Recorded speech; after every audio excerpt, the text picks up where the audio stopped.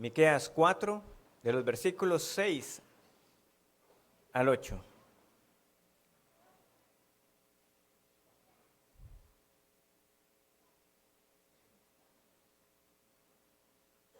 Sigamos con atención la lectura de la palabra que dice así. En aquel día, dice Jehová, juntaré la que cojea y recogeré la descarriada y a la que afligí. Y pondré a la coja como remanente y a la descarriada como nación robusta. Y Jehová reinará sobre ellos en el monte de Sión, desde ahora y para siempre. Y tú, oh torre del rebaño, fortaleza de la hija de Sión, hasta ti vendrá el señorío primero, el reino de la hija de Jerusalén. Esta es la palabra del Señor. Los capítulos 4 y 5 de Miqueas destacan, ¿verdad?, por contener mayoritariamente promesas de restauración. Nos hablan de la gloria venidera, de lo que será al final de los días. ¿Cuál es el futuro glorioso del pueblo del Señor? Y nuestras vidas como creyentes se ven beneficiadas cuando también nosotros consideramos qué es lo que nos aguarda. Porque aunque podamos tener muchas inquietudes no resueltas de cómo serán esos días, porque nosotros no conocemos nada que no sea esta creación caída, afectada por el pecado, por nuestro pecado, y por el pecado de nuestro representante en aquel momento, Adán, el hecho que nosotros más anhelamos, aparte de estar en esos cielos nuevos y tierra nueva, es el hecho de que estaremos con nuestro Señor para siempre, con nuestro Señor Jesús. Y esa vista al futuro entonces nos ayuda para no desanimarnos al ver las luchas presentes, el estado de la iglesia y la condición del mundo que vive en rebelión contra Dios. En lugar entonces de ser seducidos por el mundo, por todo lo que hay en el mundo, como nos describe 1 de Juan capítulo 2, los deseos de la carne, los deseos de los ojos y la vanagloria de la vida, el creyente sabe que aguarda algo mejor. Yo espero algo mejor que lo que este mundo ofrece.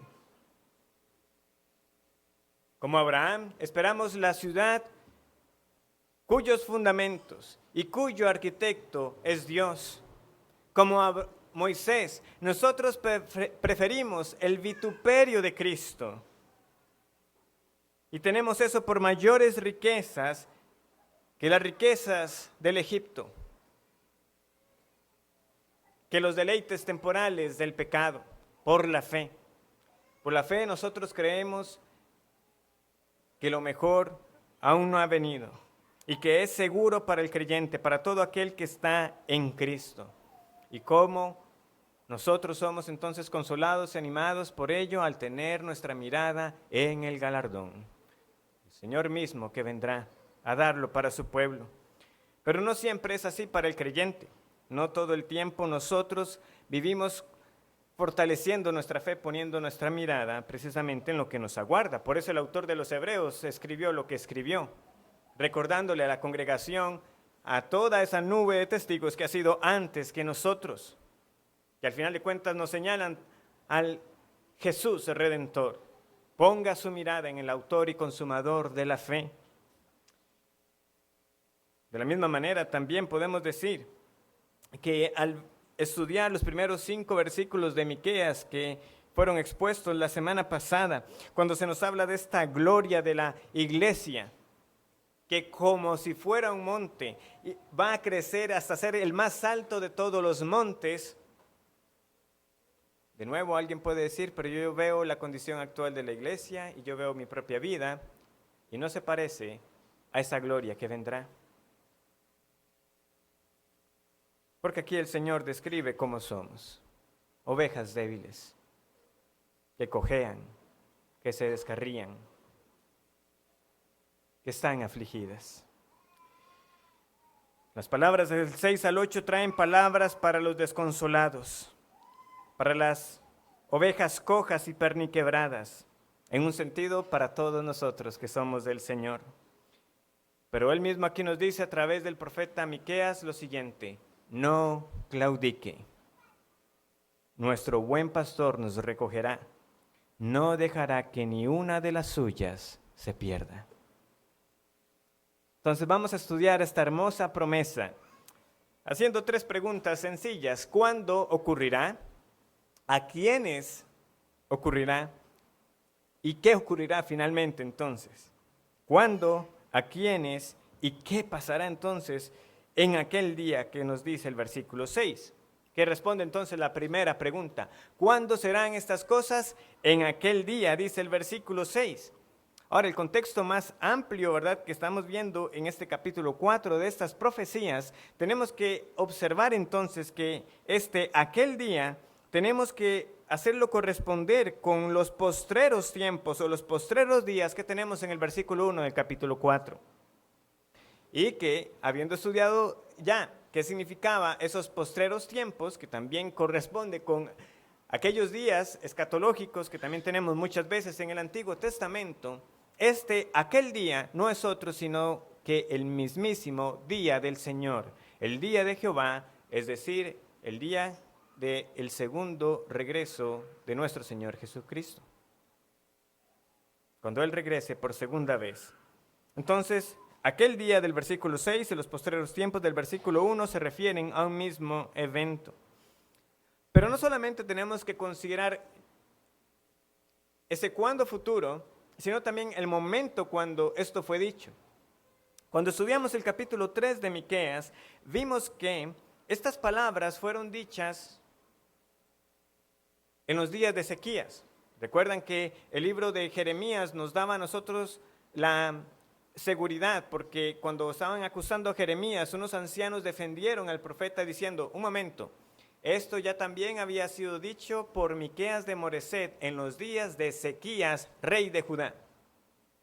Entonces, muy posiblemente, estas palabras que tenemos en el capítulo 4 las podemos ubicar también en ese momento, durante los días del reinado de Ezequías.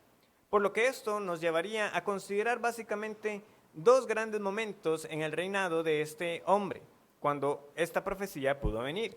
La primera, cuando fue librado de la invasión de los asirios, de la invasión de Sennacherib, y la segunda, y la que veo yo más probable, cuando Ezequías recibió la profecía de que el pueblo iba a ir al exilio. Porque vemos que este lenguaje que tenemos aquí habla de las ovejas siendo dispersadas. Por lo tanto, hace sentido que sean palabras de esperanza. ¿Para qué? Para aquel pueblo cuando ya viera que el exilio había llegado. Para aquellos que ya iban a estar lejos de su nación. Esto era entonces una luz en el horizonte para ese remanente fiel que el Señor preservó en medio de un pueblo que se había desviado tras los ídolos y tras la injusticia contra el prójimo. Sí, es un día futuro, no se les dice fecha, pero será cercano. Y ese era el consuelo para el creyente, que estando en medio de una nación pagana, podía recordar que un día el Señor le traería de vuelta. Eso era. Ahora están dispersos, pero yo los voy a volver a reunir. Aquel que viendo que el templo que representaba, ¿verdad?, esa adoración al Señor estaba destruido y que ahora se iba a encontrar en medio de los babilonios, en medio de los persas. Pero yo sé que el Señor lo ha prometido. Él ha dicho que un día va a reunirnos. Un día volveremos a adorar a Dios en el lugar que Él diga que le adoremos y con Él en medio de nosotros. Eso regresará. Así será. La garantía, por supuesto, no era por ninguna virtud en ellos. ¿Quién es el que lo dice? En aquel día dice Jehová. Yo lo haré por amor a mi nombre. Yo lo haré porque se los he prometido. No era el anhelo de Miqueas. Esto es lo que yo quisiera que nos pasara, que un día el Señor nos volviera a reunir. No, es que esto es la realidad. El Señor lo ha dicho. Un día estaremos de nuevo juntos adorando a Dios. No pierda esperanza usted que está en el exilio. Y esto de nuevo es lo que también nosotros anticipamos hoy. Anticipamos el día que nuestro Señor Jesucristo regrese. ¿Para qué? Para que estemos juntos como ese pueblo que somos del Señor, adorando a Dios. Lo que nosotros anticipamos tiene un mayor alcance que quizás de lo que ellos quizás concibieron. Ellos quizás estaban pensando aún primeramente en esa nación de Israel, pero nosotros sabemos que el Señor va a reunir a una multitud aún mucho más grande. Estamos entonces ante una profecía que nosotros también deseamos ver cumplida y que de hecho lo será. Entonces eso nos lleva a la segunda pregunta. ¿Quiénes son los receptores? Pastor, bueno, usted nos ha dicho cuándo, pero ahora está diciéndonos que esto que fue dicho a ese remanente fiel en aquel reinado de Jehová es también para nosotros. ¿Por qué? Es que yo estoy apropiándome, o estamos apropiándonos de esta promesa. Bueno, por la descripción que precisamente se le da al pueblo. ¿Qué es lo que se le dice a ellos? En aquel día, dice Jehová, juntaré la que cojea y recogeré la descarriada y a la que afligí. Es la relación del pastor con las ovejas. Una figura que, por cierto, es frecuente en el Antiguo Testamento. Una manera en la que Dios describe su relación para con los suyos. Desde el momento en que a Josué se le buscó como sucesor de Moisés, esto es lo que nosotros leemos. ¿Por qué se le buscó un sucesor? Para que la congregación de Jehová no fuera como ovejas sin pastor. Desde ese momento se dejaba ver que este pueblo era comparado con un rebaño que necesitaba a uno puesto por el Señor que los guiara. También así se describe a Israel cuando el rey Acab fue muerto. El profeta Micaías le dijo: yo he visto a Israel derramado por los montes como ovejas sin pastor. Es una expresión que luego nosotros leemos en el Nuevo Testamento de Jesús teniendo compasión por las multitudes, porque eran como ovejas sin pastor. El Salmo 23, tan conocido, atestigua de esta misma imagen tan cercana. El Señor es mi pastor, nada me faltará. Y muchos profetas anunciaron que el Señor mismo los pastorearía. Entre ellos, por ejemplo, tenemos a quien nos podemos imaginar, a Isaías, el contemporáneo de Miqueas. Vamos a Isaías, capítulo 40.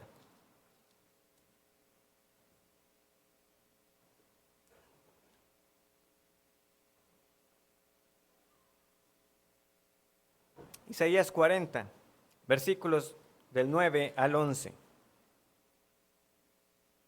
Isaías 40, del 9 al 11, dice así: súbete sobre un monte alto, anunciadora de Sión. Levanta fuertemente tu voz, anunciadora de Jerusalén. Levántala, no temas. Di a las ciudades de Judá: ved aquí al Dios vuestro. He aquí que Jehová el Señor vendrá con poder, y su brazo señoreará. He aquí que su recompensa viene con él, y su paga delante de su rostro. Como pastor apacentará su rebaño. En su brazo llevará los corderos, y en su seno los llevará. Pastoreará suavemente a las recién paridas. Ezequiel 34 es otro capítulo que debemos revisar. Todo el capítulo de Ezequiel 34 habla extensamente acerca de esto, pero vamos a limitarnos a unos versículos. Leamos del versículo 11. Ezequiel 34, 11. Dice así: porque así ha dicho el Señor, así ha dicho Jehová el Señor: he aquí yo mismo iré a buscar mis ovejas y las reconoceré. Como reconoce su rebaño el pastor el día que está en medio de sus ovejas esparcidas, así reconoceré mis ovejas y las libraré de todos los lugares en que fueron esparcidas el día del nublado y de la oscuridad. Y yo las sacaré de los pueblos y las juntaré de las tierras, las traeré a su propia tierra y las apacentaré en los montes de Israel, por las riberas y en todos los lugares habitados del país. En buenos pastos las apacentaré, y en los altos montes de Israel estará su aprisco. Allí dormirán en buen redil, y en pastos suculentos serán apacentadas sobre los montes de Israel. Yo apacentaré mis ovejas, y yo les daré aprisco, dice Jehová el Señor. Yo buscaré la perdida, y haré volver al redil la descarriada. Vendaré la perniquebrada, y fortaleceré la débil. Mas a la engordada y a la fuerte destruiré, las apacentaré con justicia. El aprisco, lugar donde las ovejas son guardadas durante la noche. Ahora, si alguno ha estado presente en sermones anteriores, este pasaje tiene que decir, parece que ya el pastor había leído Ezequiel 34 durante la serie de Miqueas. Sí, ya lo habíamos hecho. ¿Por qué? Porque tampoco es la primera vez que Miqueas trae esta figura del pastor. Vamos a Miqueas, capítulo 2. Entonces vemos cómo es un mismo mensaje, simplemente que ampliado o dicho, ¿verdad?, con más detalle por parte de otros profetas. Dice Miqueas 2, versículo 12. De cierto te juntaré todo, oh Jacob, recogeré ciertamente el resto de Israel, los reuniré como ovejas de Bosra, como rebaño en medio de su aprisco, harán estruendo por la multitud de hombres. Subirá el que abre caminos delante de ellos, abrirán camino y pasarán la puerta, y saldrán por ella, y su rey pasará delante de ellos, y a la cabeza de ellos Jehová. Pequeño resumen. ¿Quién es el pastor? Es Jehová. Pero también nos dice que el que va delante de ellos es el rey, y adelante de ellos también Jehová. Vimos que este mismo rey es también Dios. Es uno que es hombre, es uno que es también divino, es el que abre caminos, es el rompedor, es Jesucristo.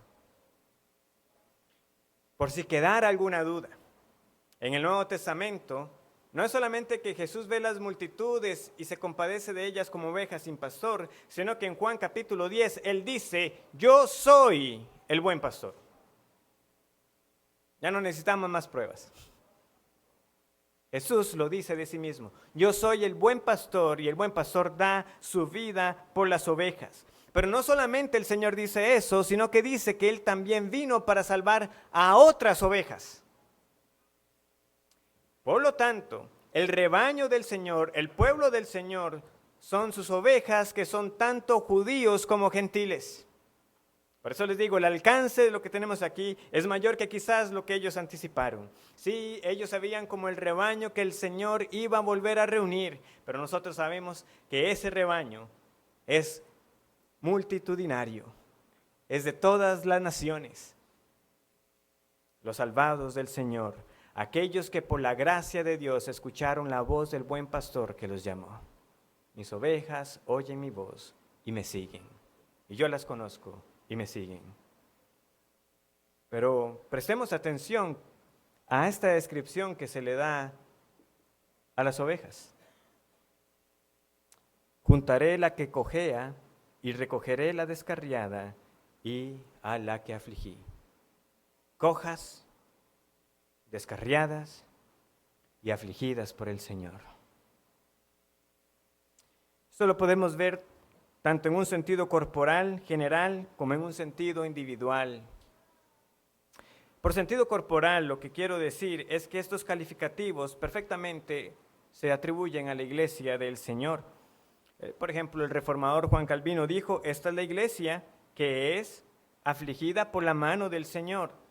Y el predicador del siglo XIX, Spurgeon, dijo que, aunque eso es dicho al pueblo judío, estamos seguros que el texto se aplica a la iglesia de Dios y no haremos mal si también encontramos en el pasaje promesas a cristianos individuales.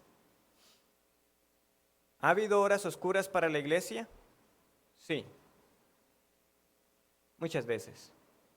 Eso lo tenemos tanto por el testimonio inspirado que tenemos en el libro de los Hechos, como también por las recopilaciones de propios y extraños al cristianismo a través de la historia. En el libro de los Hechos encontramos que desde el inicio la persecución vino sobre el pueblo del Señor. Pero esta persecución la utilizó el Señor para que el Evangelio saliera de Jerusalén. Pero donde quiera que llegaba el mensaje del Evangelio, vemos constantemente un patrón de conducta. Los judíos incrédulos echan a los cristianos de las sinagogas y los gentiles mismos expulsan a los cristianos de las ciudades. De manera que no era inusual encontrar de que en un lugar habitaba alguien que había venido de otra parte, porque ya de donde venía no tenía cabida por causa de su fe. Pero no solamente leemos de esta persecución, tanto de judíos, de parte de los judíos como de los gentiles, sino que también se nos empieza a narrar los primeros conflictos internos en la iglesia. Hay controversias, hay disputas, y las mismas cartas también atestiguan de los muchos problemas que aquejaban a las iglesias del Señor. Luego hubo siglos de decadencia posteriores a este primer siglo de la iglesia cristiana, que al final de cuentas se vienen a resumir en que una de ellas vino a reclamar para sí el poder y la autoridad, la Iglesia Católica Romana. No solamente el poder religioso, sino también el poder político, involucrándose en qué reyes gobernaban y quién no debía gobernar, y en toda otra serie de causas completamente apartadas de la predicación del Evangelio. Por supuesto, hubo grupos que denunciaron esto, pero no fue sino hasta los días de la Reforma Protestante en que se dio esa precisamente reforma, esa separación definitiva, por lo que ya acontecía dentro de el seno del catolicismo. Y hoy, bueno, hoy no estamos muy lejos. Hay lugares que se llaman iglesias cuya asistencia intimida. Son muchos los que van, pero ahí no se predican las escrituras. Pero no es solamente un asunto de iglesias grandes, créame que también hay congregaciones pequeñas donde tampoco la palabra es predicada. Ahí se abandonó por completo. Hay muchos que ya han caído presa del lenguaje políticamente correcto y cuidadoso de agradar a las mayorías. Han preferido comprometer la verdad de Dios en lugar de agradar a Dios. Muchos han tenido en poco ir añadiendo a doctrinas centrales a una lista de asuntos menores sin importancia. El resultado de eso ya no es cristianismo, eso ya no es el cristianismo bíblico. Es un mensaje que condena tanto a los que lo enseñan como a los que lo creen. La iglesia evangélica no está en sus horas más altas. Pero también algo es claro cada vez que uno revisa estos diversos momentos de la historia. El Señor ha guardado a los suyos. Aunque pocos, aunque invisibles para el ojo del mundo, el Señor siempre ha preservado un remanente. Porque precisamente cuando uno estudia la historia ve que muchos elevaban la voz. Esto que está sucediendo no es conforme al espíritu del Evangelio. Esto no es lo que enseñó nuestro Señor. Esta no es la enseñanza apostólica. Y eran silenciados, eran perseguidos, eran excluidos, pero ahí estaba el Señor siempre trayendo a los suyos a través de la verdad de la palabra. Él vuelve al redil a los que le pertenecen, los amonesta y los capacita para dar testimonio al mundo de la verdad, aunque no fuera del agrado de la mayoría y aunque el ser fieles representara mayor persecución. Pero, y en última instancia, al igual como vimos con la primera profecía del capítulo 4, estas palabras de los versículos 6 al 8, nosotros estamos aguardando su consumación. Es cierto que el Señor sigue llamando, es cierto que sigue guardando un remanente en las diferentes partes del mundo, ya sea que estemos hablando de este mundo occidental o en las persecuciones que se dan en las regiones orientales musulmanas. El Señor sigue guardando su iglesia, pero no ha llegado el día para ver a este pueblo finalmente reunido. Todos los santos de todos los tiempos aguardamos el día en que el rebaño sea uno solo, bajo un solo pastor.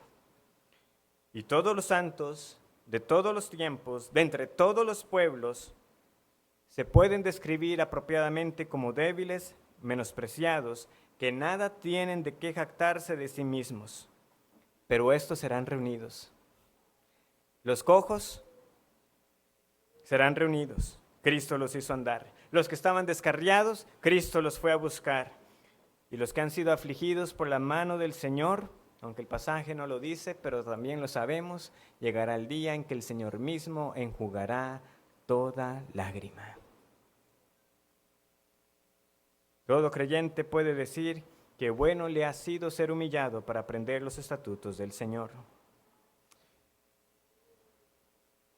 Pero habiendo dicho esto, a modo general, yo creo que también es apropiado que nosotros veamos en estas descripciones que dentro de la iglesia local uno también puede hablar de aquellos que son cojos, débiles y afligidos en medio de nosotros. O para decirlo de otra manera, todo creyente es un miserable que ha sido redimido por gracia. Cuando éramos débiles, Cristo murió por nosotros. Y si queda alguna duda de lo que esa debilidad significa, la Biblia dice tajantemente que nosotros estábamos muertos en nuestros delitos y pecados.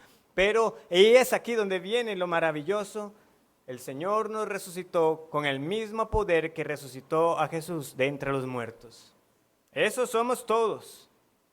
Pero por otro lado, nosotros vemos que la Escritura, en las cartas del Nuevo Testamento, hablan de que en la congregación hay débiles en la fe y hay unos que son fuertes. Hay unos que son niños espirituales que aún están en necesidad de leche y hay unos que han madurado. Y el propósito es que todos maduremos. Todavía otra forma más de decirlo. Todos somos débiles, hay unos que lo son más. Hay unos que han corrido un poquito más que otros. Y esa es la meta. ¿Y qué tenemos que hacer nosotros? ¿Qué tenemos que hacer aquellos que el Señor nos ha permitido avanzar un poco más? Bueno, cuidar entonces de esos que son débiles en medio de nosotros. ¿Qué tenemos que hacer cuando vemos que alguien se está apartando? Tenemos que ir a traerlo. ¿Qué tenemos que hacer con alguien que está siendo afligido? Ir a consolarlo. Pablo escribe en sus cartas a los romanos y a los corintios: recibid al débil en la fe. Los que somos fuertes debemos soportar las flaquezas de los débiles y no agradarnos a nosotros mismos. O como escribe a los Gálatas, cuando alguno es sorprendido en alguna falta, que dice: vosotros que sois espirituales.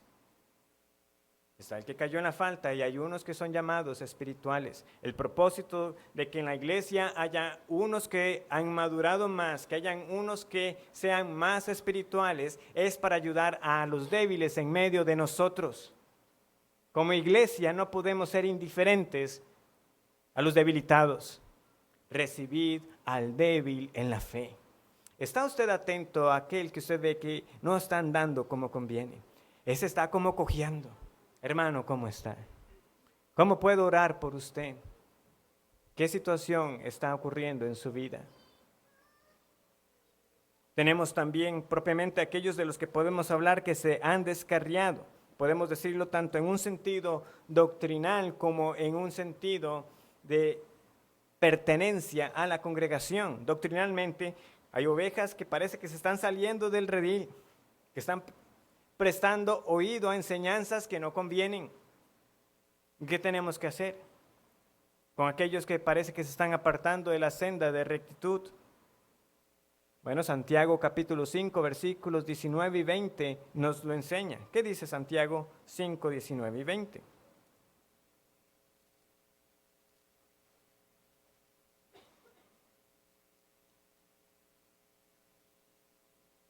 Dice: hermanos, si alguno de entre vosotros se ha extraviado de la verdad y alguno le hace volver, sepa que el que haga volver al pecador del error de su camino, salvará de muerte un alma y cubrirá multitud de pecados.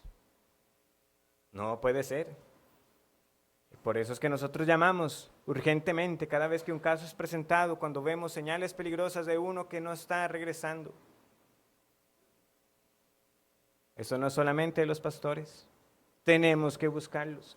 No podemos permitir simplemente que veamos a alguien que se está apartando del camino, es decir, ahí se fue. Porque esa no es la actitud, esta no es lo que Dios ha dicho que hará con nosotros. Él dice, yo traeré a los descarriados.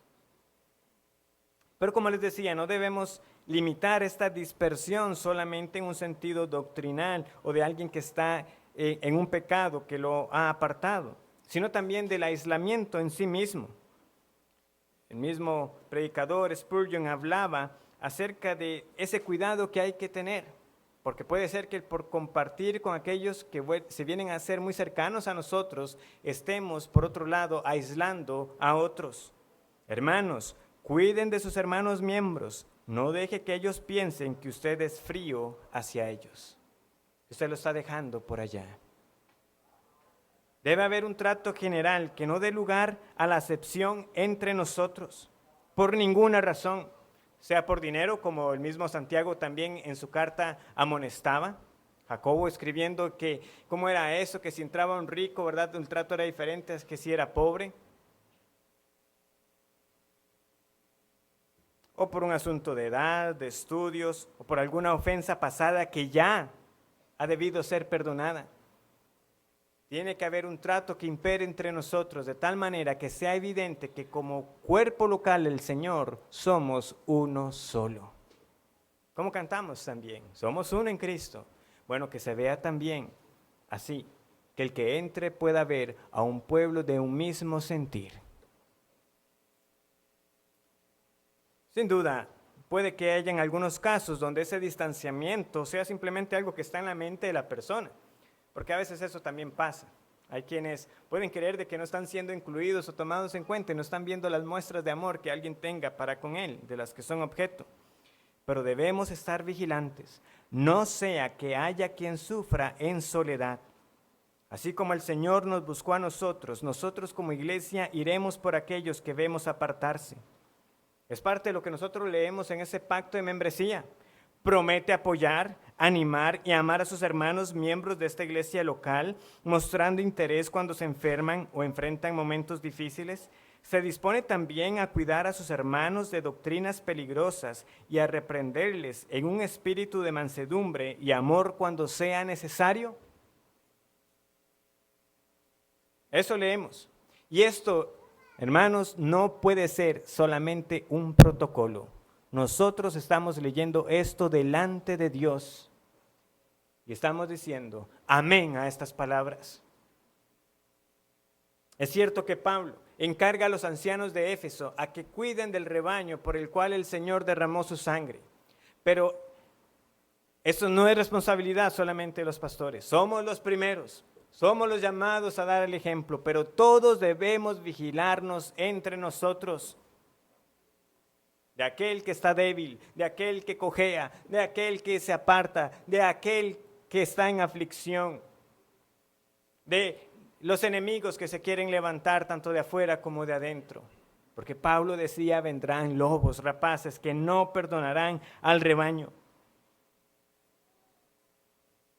Es una responsabilidad de cada miembro. Y la certeza de que un día ya no seremos este rebaño de ovejas tercas, cojas y afligidas, debe movernos a cuidar con mucho mayor fervor y dedicación a aquellos por los cuales también Cristo, el buen pastor, dio su vida. Porque estoy cuidando a uno que también ha sido redimido por el mismo Señor que me salvó a mí. Ese es el amor. Así es como nos conocerán como discípulos de Jesús. En este tiempo. Pero ¿qué pasará en el día final? Dice el versículo 7. Y pondré a la coja como remanente, y a la descarriada como nación robusta, y Jehová reinará sobre ellos en el monte de Sión desde ahora y para siempre. Y tú, oh torre del rebaño, fortaleza de la hija de Sión, hasta ti vendrá el señorío primero, el reino de la hija de Jerusalén.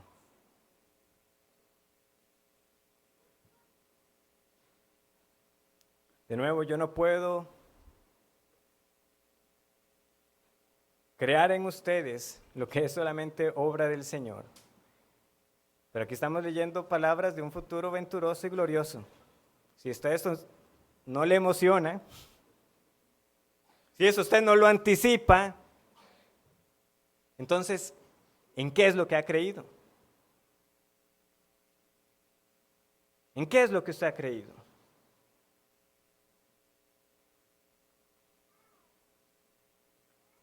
Dice, en primer lugar, vemos que el Señor está anunciando consuelo.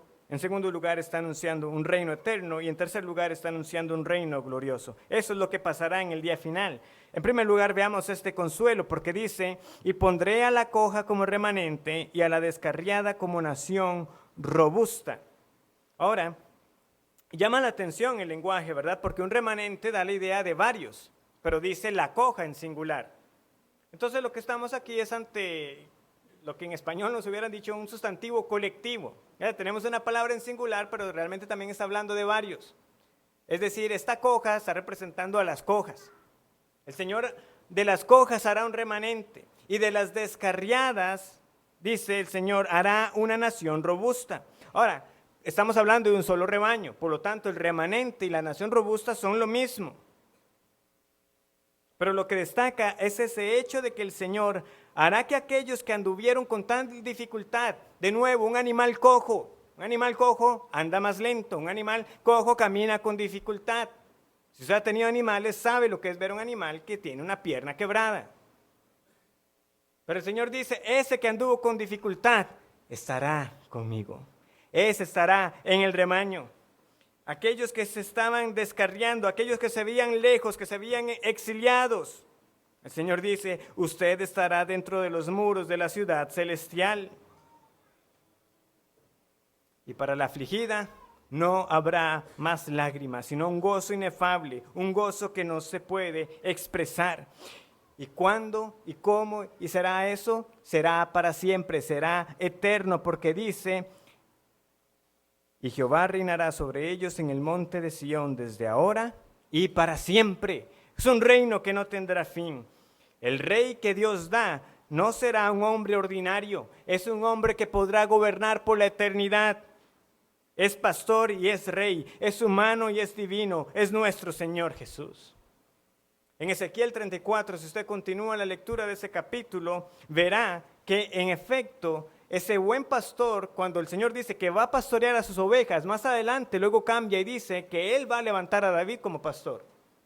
Dice el versículo 22, yo salvaré a mis ovejas y nunca más serán para rapiña, y juzgaré entre oveja y oveja, y levantaré sobre ellas a un pastor, y él las apacentará. A mi siervo David, él las apacentará, y él les será por pastor. Y yo Jehová les seré por Dios, y mi siervo David príncipe en medio de ellos. Yo Jehová he hablado. Es nuestro rey pastor, es Jesús.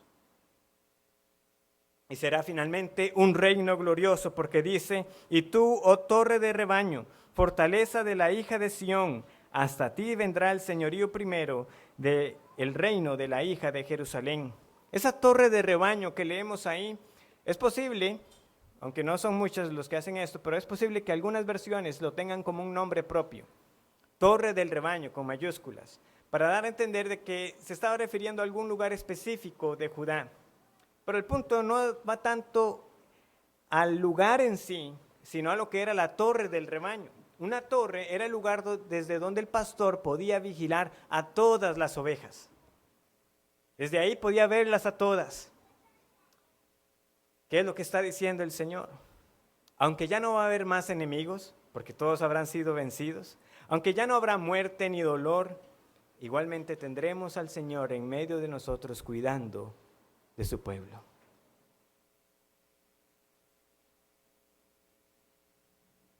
Esto que dice aquí de que vendrá el señorío primero, hace eco a los días más gloriosos de Israel, cuando fue gobernado por David y por Salomón. El señorío primero, o como dicen otras versiones, recobrarás el señorío de antaño o el antiguo dominio. ¿Recuerdan el versículo 3 que estudiábamos la semana pasada, que dice, y él juzgará entre muchos pueblos y corregirá naciones? Luego que dice en versículo 4, y se sentará cada uno debajo de su vid y debajo de su higuera. Y que esa frase la leíamos en los libros de Reyes, ¿verdad? Para describir los días bajo el reinado de Salomón. Entonces, otra vez esta idea vuelve a aparecer. Esos días de gloria que seguro escucharon, ¿verdad? Porque ya estos hombres vivieron muchos años después de David y de Salomón.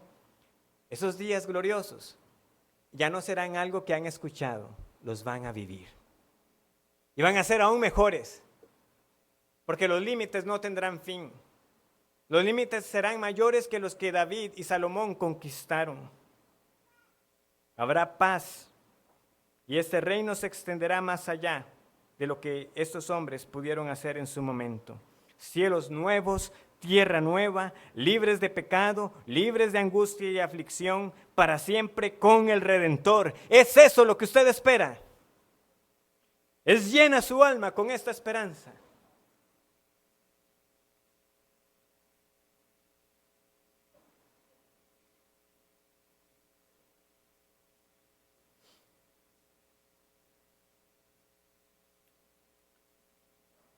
Es cierto que esta profecía no se ha consumado, vamos pasando ya a las aplicaciones, pero no quiere decir que no sea de consuelo para nosotros. Como les decía al inicio, estas promesas son para que el creyente sea fortalecido hoy. Es para nosotros hoy. Por varias razones.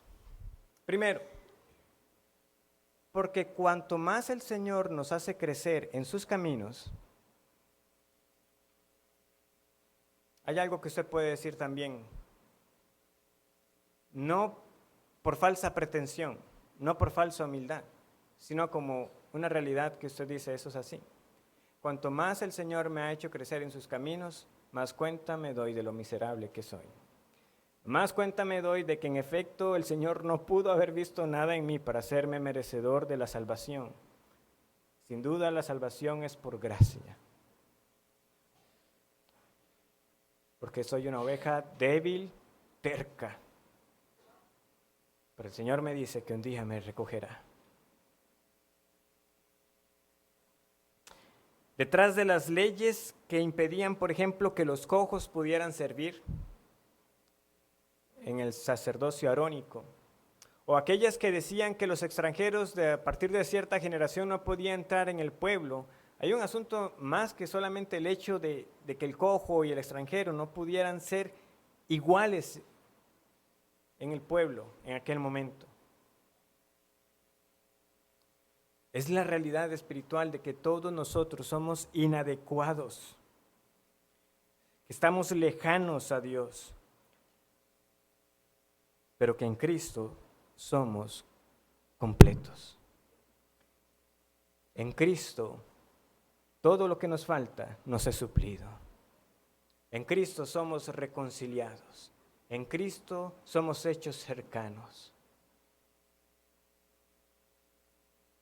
Todo esto en el ungido. Este ungido es el rey que esperamos. Es el rey que hizo lo que otros reyes no pudieron hacer. Porque de nuevo, aún los mejores reyes no pudieron vencer a los enemigos de la muerte y el pecado. ¿Quién pudo hacer eso? Solamente Jesús. Él resucitó. Y por su resurrección nosotros los creyentes podemos decir que la muerte ha sido sorbida en victoria. Nosotros tenemos plena confianza, porque eso es lo que creemos. Eso es parte de ese corazón del Evangelio, de que la muerte de Cristo en la cruz me ha limpiado de todo pecado.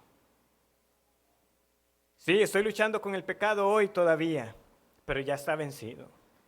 Y porque Cristo pagó por mis pecados, puedo vivir mi vida con la confianza de que el pecado hoy ya no será para condenación. Esto no es ninguna invitación para que el creyente diga que va a vivir una vida de pecado, todo lo contrario. Es un malentendido que se da, pero yo no sé cómo se puede llegar a eso. Cuando también tan claramente se nos dice en la palabra de Dios, los que hemos muerto al pecado, ¿cómo viviremos aún en él? Pero el punto es, porque Cristo ya pagó por nuestros pecados. Y porque Él venció en la cruz, esta batalla contra el pecado no será para siempre. Acabará. Tengan la certeza que acabará. Acabará de una o de otra manera. Ya sea que muramos o que Cristo regrese primero. Pero la muerte para el cristiano es ganancia.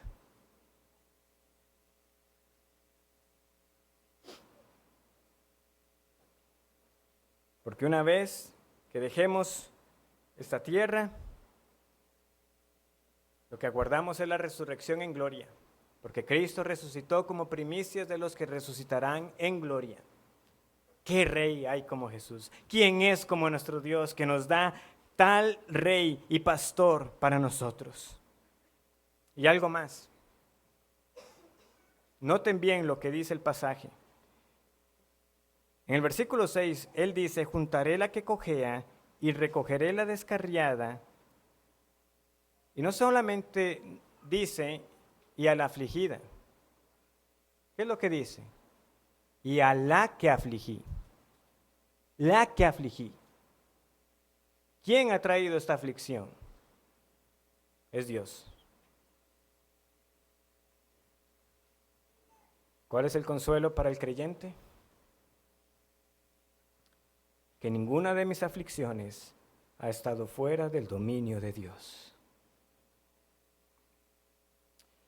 Comenta Calvino respecto a estas palabras del Señor, cuando Él les dice, yo soy quien los ha herido. Si los asirios o los caldeos hubieran obtenido la victoria sobre ustedes contra mi voluntad, habría alguna dificultad en mi propósito de reunirlos.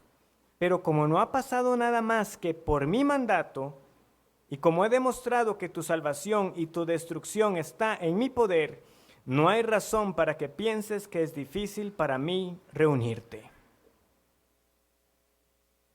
Habría razón para la desesperanza si los asirios, o si los babilonios, o si los persas, o si el imperio romano pudieran hacer algo contra el pueblo del Señor que el Señor no haya mandado. Ahí sí seríamos desventurados. Porque podría ser que venga una nación contra la que el Dios no pudiera hacer algo. Pero no. Constantemente el mensaje profético es el Señor diciendo, yo levantaré una nación contra ustedes. Demostrando que todo lo que les aconteció siempre estuvo en absoluto dominio y control de Dios. Y el mismo Señor que nos hiere es el mismo Señor que nos cura. El que los dispersó, los juntará. Podemos estar seguros de eso porque el Señor dice, yo les he mostrado que tengo poder para las dos cosas. Los he dispersado, pero no les quede duda que los voy a reunir. Yo que los afligí, yo los traeré de vuelta. De nuevo, Isaías, el contemporáneo. Vamos a Isaías capítulo 30. Porque este no es un mensaje solamente de Miqueas. Está presente en muchas páginas de la Escritura. Dice así Isaías 30, 19.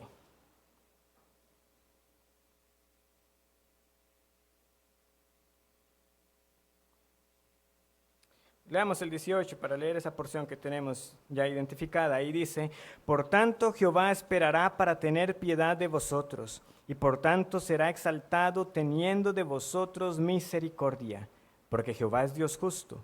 Bienaventurados todos los que confían en Él. Ciertamente el pueblo morará en Sión, en Jerusalén. Nunca más llorarás. El que tiene misericordia se apiadará de ti. Al oír la voz de tu clamor te responderá. Bien que os dará el Señor pan de congoja y agua de angustia. Con todo, tus maestros nunca más te serán quitados, sino que tus ojos verán a tus maestros. Vamos hacia el final, dice el versículo 26. Y la luz de la luna será como la luz del sol, y la luz del sol 7 veces mayor, como la luz de 7 días, el día que vendare Jehová la herida de su pueblo, y curare la llaga que él causó.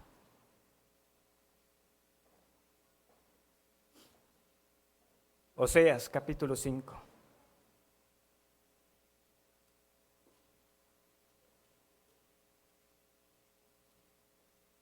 Años antes de Isaías, esto dijo Oseas. Oseas 5:11. Dice: Efraín es vejado, quebrantado en juicio, porque quiso andar en pos de vanidades. Yo pues seré como polilla a Efraín, y como carcoma a la casa de Judá. Y verá Efraín su enfermedad, y Judá su llaga. Irá entonces Efraín a Siria, y enviará al rey Jareb, mas él no os podrá sanar, ni os curará la llaga. Porque yo seré como león a Efraín, y como cachorro de león a la casa de Judá. Yo arrebataré, y me iré, tomaré, y no habrá quien liberte. Andaré y volveré a mi lugar hasta que reconozcan su pecado y busquen mi rostro. En su angustia me buscarán. Venid y volvamos a Jehová, porque Él arrebató y nos curará, hirió y nos vendará. Hay una diversidad de causas por las que la aflicción viene a la vida del creyente. No siempre es pecado.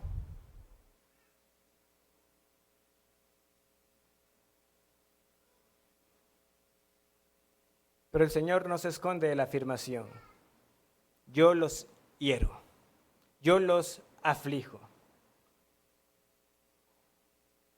Pero como son míos, yo también los curo, yo también los vendo. Nadie más los podía sanar, como les dice Oseas. Buscaron dónde encontrar apoyo, pero no había nadie que los apoyara, que los pudiera ayudar, porque eso era del Señor. Pero ¿qué pasó con los que eran del Señor? Dijeron en su angustia: volvamos al Señor, Él nos curará. Pero no se engañe. Para el incrédulo, las aflicciones y el sufrimiento en esta vida no tienen ningún sentido. Para muchos simplemente es una forma más de decir y justificar su incredulidad. ¿Cómo puede ser que haya un Dios bueno y permita todo esto? Pero para los que son del Señor, podemos atestiguar esto: cuanto más pruebas y tristezas, más cerca de Dios. ¿Cuáles son sus tribulaciones y cuáles más nos restarán por enfrentar? Yo no sé.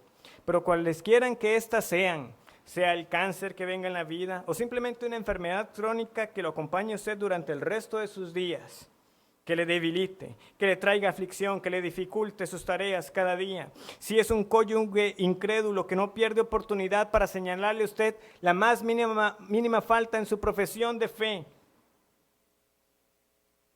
o la angustia de ver los años pasar y que sus hijos no se rindan al Señor, sean años de infertilidad, de estrechez económica, lo que sea, el creyente puede cantar: en el abismo del dolor, o donde intenso brilla el sol, en dulce paso, en lucha cruel, con gran bondad me guía a Él. Me guía a Él, me guía a Él, con cuánto amor me guía a Él. No abrigo dudas ni temor, pues me conduce el buen pastor.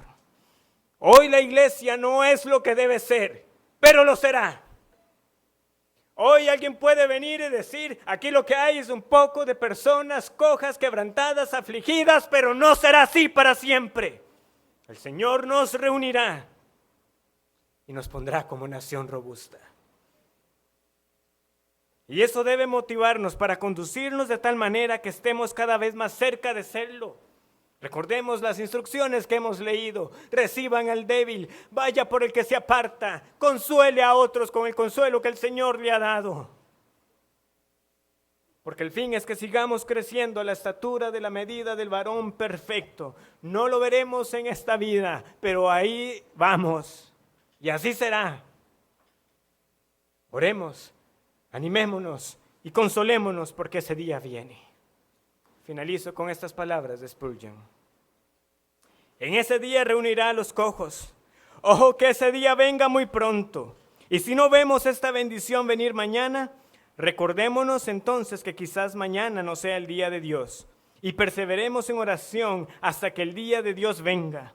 Hay mejores días que aguardan a la iglesia. Y antes que se cierre la página de la historia humana, habrá tiempos de triunfo para ella, para la iglesia, en los que ella será gloriosa y Dios será glorificado en ella. Oremos.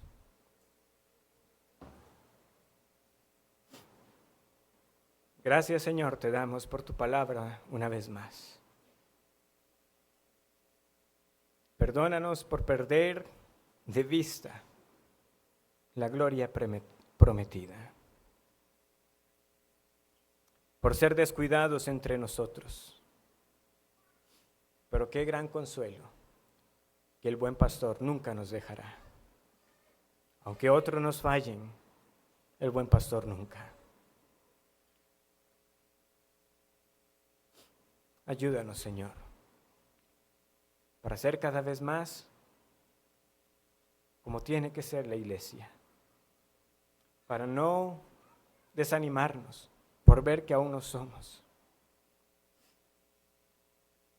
pero orando con la plena confianza de que en el día final, cuando el Señor Jesucristo regrese, Él se presentará a sí mismo una esposa ataviada, limpia y sin mancha.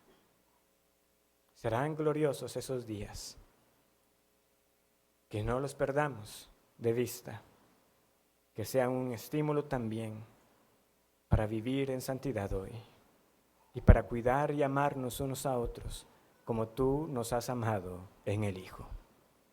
Esto lo pedimos en el nombre de este bendito Señor. Amén.